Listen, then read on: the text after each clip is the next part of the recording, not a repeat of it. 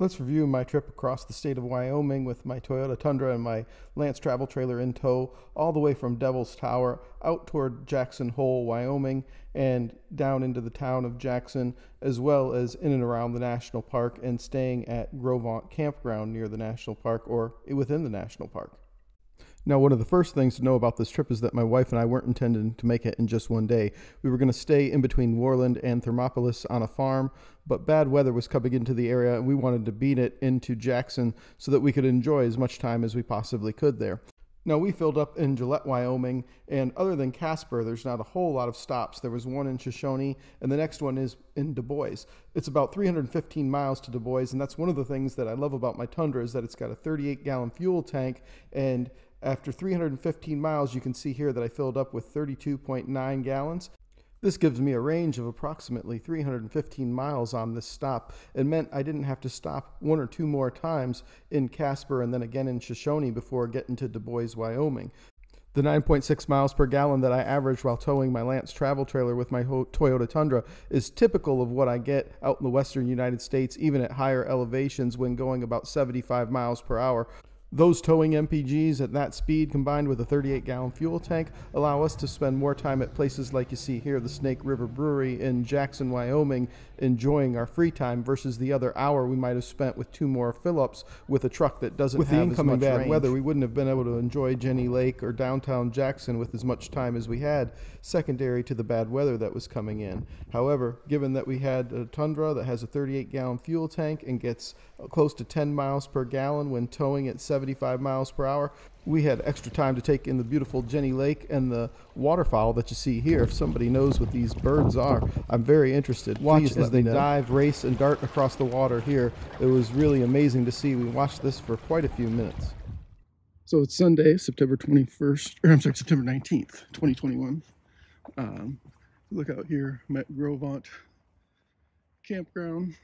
I lost the audio a bit here, but as we were able to check into the campground on this afternoon, clouds had begun to move in, but then there was a little break in the clouds. We were able to get some fantastic pictures of some very iconic spots, including Schwabacher's Landing.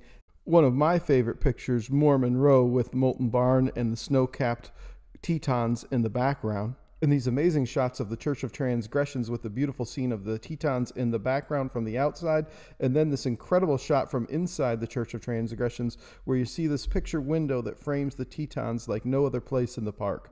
Despite all the fun we were having in the Tetons, my Tundra had been invaded by a little varmint in the back seat, the first real mishap on our trip. So this morning my wife noticed the bag of snacks we had been chewed into, and then when we looked in the back seat, there was paper towel. We had a roll of paper towels. You can see some of it scattered there along the back seat. Something underneath my seat was trying to build a nest here in the Grand Tetons inside my Tundra. We've lifted most everything out of it. Haven't seen any little varmints anywhere underneath here, so we don't know where it's hiding out at. Hopefully, well, we weren't going to let this mishap stop us from enjoying the rest of our trip in the Grand Tetons, and we made it over to Jackson Lake Lodge to take in some of the views. But like I said, we were trying to beat the bad weather, and by the day we got there, as you can see, it was cold, it was rainy, and not a whole lot of people were hanging around outside. Still, I had to walk out into this iconic area down on the patio here and take a glimpse out towards where the Tetons, of course, would be, except for the cloud cover, and take in the view. Unfortunately, loud music inside the truck and leaving the door open didn't encourage the varmint to leave, so I'd been pushed too far and it was time to go to war with the varmint calm. Unlike Carl from Caddyshack, I won this war, and unfortunately that varmint is with us no more. But we did still have a great time at the Tetons, and we had a great time at Gros Ventre Campground. But you can't have too big of a rig in Gros Ventre, and our Tundra and Lance seem to be just right. Here's a view of my campground from Gros Ventre this morning. As we pan here a little bit more toward the north, we can see just the sun beginning to hit the top of Mount Moran there. We can view right from the back of our campsite here, and then you can see more of the Tetons lit up over this way. So with my 1995 Lance as opposed to my 2375 and my Toyota Tundra there warming up so we can go see some sights, you can see we fit in to this campsite pretty well. I think I probably could have squeezed my 2375 into this campsite, but it would have been a bit of a tighter squeeze if I had tried to do that. But here you can see they both fit in there pretty well. View of Grand Teton this morning from my campsite, just over Blacktail Mountain, Blacktail Ridge that's in front of it there, and then lit up you can see the peak of Grand Teton in the back there. After a day of exploring, my wife and I went to Dornan's Pizza, where we enjoyed this beautiful view that you can actually check out for yourself on YouTube, as Dornan's has a live camera view all the time that's this exact picture of the Grand Tetons. But Dornan's isn't confined to its great views. It's also got some great pizza and beer to go along with it, and we definitely indulged ourselves while we were here. One of the other things I had to indulge myself in was a little bit of nostalgia. The boulder that you see right here is at the south end of Jenny Lake, and my dad told me that in 1974, at the same time of year, late September, he was here with a buddy when he was 25 years old, and they spent all day fishing from that rock right there.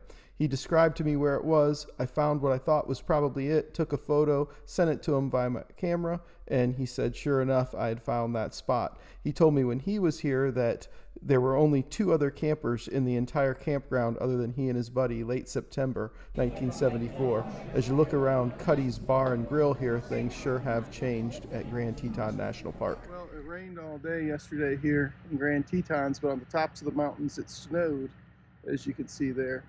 And skies have cleared up. Just beautiful today.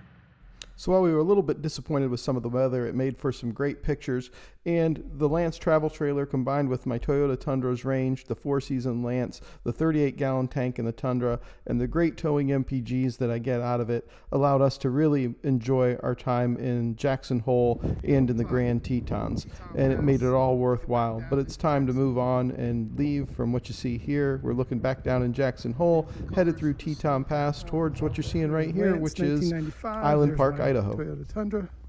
We walk this way, we can see we're just outside of Lake Henry in Island Park, Idaho, about 30 minutes from the west entrance of Yellowstone. We got here, the mountains were completely covered with fog and looked a lot more like that over there. Then it hailed on me about 30 minutes ago, light hail, and it's starting to clear a little bit. It's supposed to clear tonight and be sunny tomorrow. Hopefully a beautiful day at Yellowstone. So in my next travel video, we'll pick up talking about one of the most beautiful places on the planet, Yellowstone National Park. Until then, everyone have safe travels, and if you're looking for a travel vehicle, specifically a tow vehicle, I highly recommend the Toyota Tundra. It's got range, it's got MPGs when towing, and of course it's got that all-important reliability. And if you're looking for a travel trailer, the 4 Seasons Lance holds up very well.